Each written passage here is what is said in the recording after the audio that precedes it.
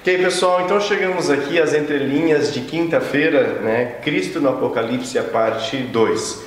Não se esqueça, se você está assistindo esse vídeo que alguém compartilhar com você, se inscreva no canal Entre Linhas. Nós sempre tentamos explorar, né, alguns assuntos que estão nas entrelinhas da lição da Escola Sabatina. Deixe seu joinha, acione seu sininho para receber os alertas e compartilhe com outras pessoas para que eles possam meditar também nesses temas. Nós vamos explorar aqui na quinta-feira, né, os textos que vão auxiliar você a responder as perguntas 8 e 9. Os textos de Apocalipse 1, do verso 10 até o 18, e também os textos do Apocalipse capítulo 22, os versos 7, 12 e 23.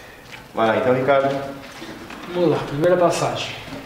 Cristo no Apocalipse, parte 2. Primeiro, vamos analisar Apocalipse do capítulo 1, do versículo 10 e 11. Vamos lá.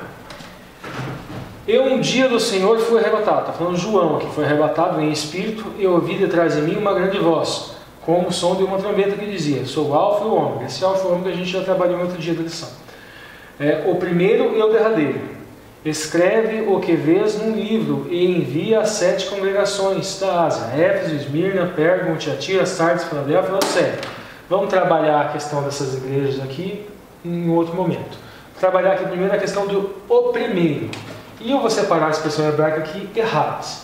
Errades é uma expressão hebraica que pode significar um único, o numeral propriamente, alguém ou o primeiro. A gente vê isso na Shema.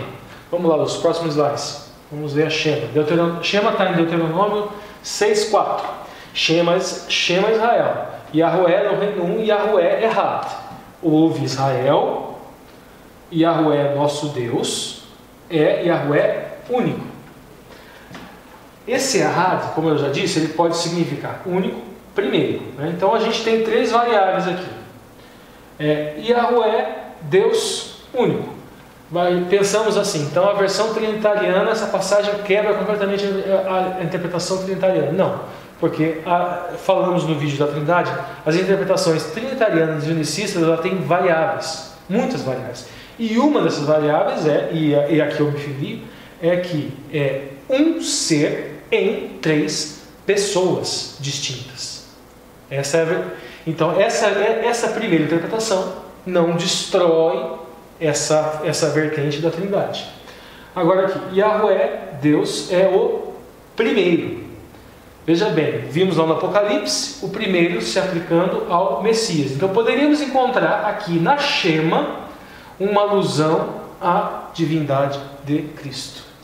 E a tradução que eu prefiro, Yahweh, Deus, é primeiro e único. Vamos para o próximo e vamos entender o porquê que eu prefiro essa. Uma outra passagem está no livro de Daniel. Mas o príncipe do rei da Pérsia se pôs defronte de mim 21 dias. E eis que Miguel, um dos primeiros, e aqui um dos primeiros, o original é Errad. Príncipes, Hassarim, aqui a gente tem o prefixo, Sarim é príncipes, veio para ajudar-me. E eu fiquei ali com os reis da Pérsia. Veja bem, Sarim é plural. Sar seria príncipe, mas seria ministro, governante, comandante, anjo nobre ou príncipe. Então vamos lá. Miguel, primeiro Hassarim, seria primeiro príncipe ou primeiro governante, primeiro comandante, primeiro anjo, primeiro nobre ou primeiro príncipe. Segunda possibilidade, Miguel, único. Daí dentre os ministros, dentre os governantes, dentre os comandantes, dentre os anjos, dentre os nobres, dentre os príncipes. E a interpretação que eu prefiro, Miguel, primeiro e único governante, primeiro e único ministro, primeiro e único comandante, primeiro e único anjo, nobre ou príncipe. Por isso que eu prefiro essa terceira possibilidade. Próximo, Lúcio. Aqui as igrejas eram igrejas que de fato existiam na Ásia. Aqui nós temos Laodiceia, aqui nós temos Filadélfia, Sardes, Tiatira, Pérgamo, Esmirna e aqui Éfeso. Mas ela simboliza períodos proféticos. É aquela mesma noção de tipo e antitipo. Próximo slide, Lúcio. Então vamos lá. Aqui a gente tem Éfeso. Éfeso significa desejável. Aqui nós temos a noção de como Jesus se apresenta, né? Aquele que tem na sua mão as 7 estrelas. O período aqui, 31, morte de Cristo, ano 100.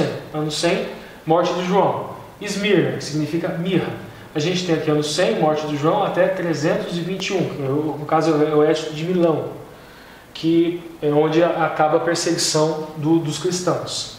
Aqui do Edito de Milão até 538. 538 aqui é o início da supremacia papal. Aí Pérgamo significa exaltação. Tiatira significa cheiro suave. Nós temos aqui 538, que é o início da supremacia papal, até 1517. Nós temos ali o protestantismo, começa em 1500, por volta de 1500. Agora aqui, nós temos aqui Sardes, significa canto de alegria. Nós temos aqui o início do protestantismo, vai até 1798, que é o fim da supremacia papal, quando Napoleão ele cancela justamente o edito que deu início à supremacia papal, e ele prende o Papa, o seu general prende o Papa. E aqui começamos com Filadélfia, 1798 até 1844.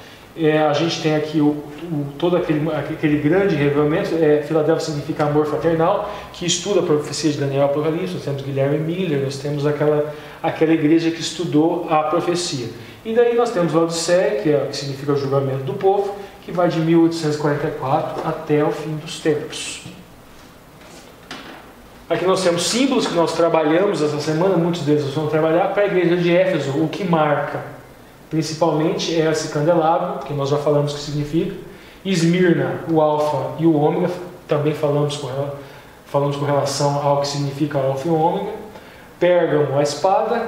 Tiatira, é o andar. Sardes, o número 7, explicamos. Filadélfia, que é a chave.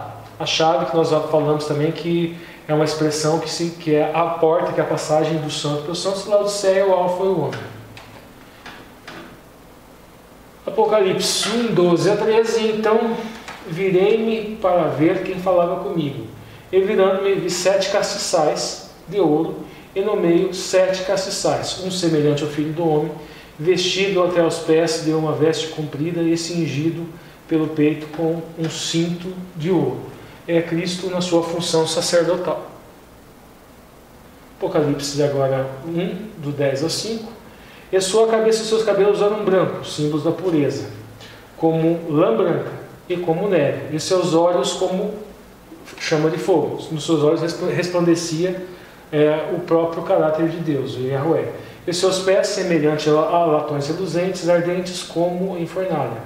E sua voz como o som de muitas águas, ou seja, muitos povos. Apocalipse 1, 16 e 17, ele tinha na sua mão direita 7 estrelas, ou seja, a plenitude da mensagem, ou dos mensageiros, a plenitude da palavra que vem do céu, e da sua boca saía uma aguda espada de 2 fios. Essa aguda espada é a palavra de Deus, que ela pode servir como proteção para alguns, e ela pode servir como algo que vai ferir outros, no caso aqueles que não guardam essa palavra. E o seu rosto era semelhante ao sol, ou seja, semelhante à presença de Deus, ao Shekinah, quando na sua força resplandece. E eu, o vendo, caí em seus pés como morto, e ele pôs sobre mim a sua mão direita, dizendo-me: não temas, eu sou o primeiro e o derradeiro. Apocalipse 1,18. Eu que vivo, fui morto, eis aqui estou vivo para todo sempre, amém, e tenhas a chave da morte e do inferno. Já falamos a questão do Sheol aqui. Então vamos por os últimos 3 versos. Apocalipse 22, 7. Eis que cedo vem, que presto venho, bem-aventurado aquele que guarda as palavras da profecia desse livro. Aí Apocalipse 22, 12. Ora, eis que eu cedo venho, o meu galardão está comigo para render ou recompensar a cada um conforme a sua obra. Essa questão aqui, veja bem. O galardão conforme a sua obra. A gente tem que tomar cuidado de pegar textos isolados e criar doutrinas. O legalista já pega isso daqui e já fala: não, veja bem, olha aqui, lá em Apocalipse 22, 12 fala em obra. Existe a Torá das obras, sem dúvida. Só que existe a Torá da graça. E a Torá da graça passa por expiação. é a obra do Messias, o Messias faz essa obra, a sua obra, o Messias faz essa obra, e aos olhos de Deus, todo aquele que crê e todo aquele que é batizado no Espírito, aos olhos de Deus, Deus não vê pecado em função da obra do Messias. A gente não pode rasgar toda a Torá, a gente não pode rasgar todo o Velho Testamento, a gente não pode rasgar toda a simbologia daquele serviço expiatório, a gente não pode rasgar a doutrina do santuário em função de um versículo isolado e em função da nossa tendência. Vamos lá, a última agora. Eu sou o Alfa e o Ômega, o primeiro e o derradeiro, o princípio e o fim. Falamos sobre tudo isso daqui já falamos nos dias anteriores, vamos falar um pouquinho mais agora na sexta-feira. Bem, pessoal, então terminamos aqui Cristo no Apocalipse parte 2. Nós vimos aqui várias evidências, né, da nomenclatura de Cristo, da presença de Cristo no Apocalipse. Encerramos as entrelinhas. Agora então o Alexandre volta e nós vamos então depois iniciar as entrelinhas da sexta-feira, né? Fica aí, se inscreva no canal, deixe seu joinha, comente e compartilhe no WhatsApp e nas suas redes sociais.